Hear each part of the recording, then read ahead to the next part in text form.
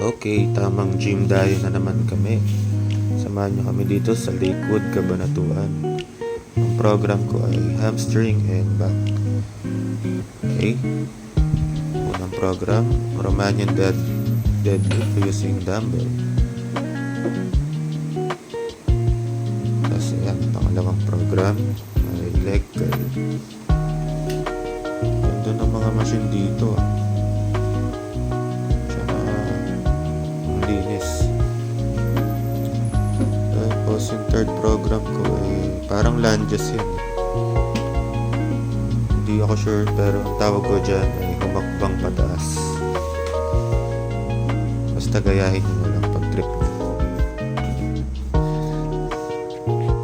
Tapos yung fourth program ay leg press.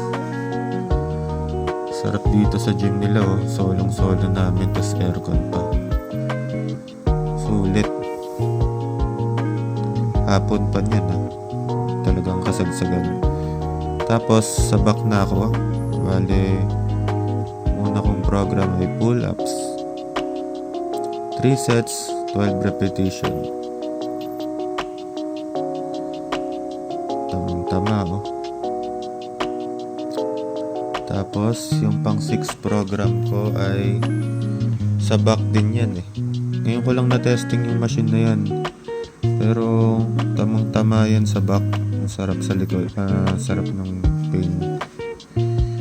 Tapos ayun tapos na agad nun. Binasic lang. Waking baka naman.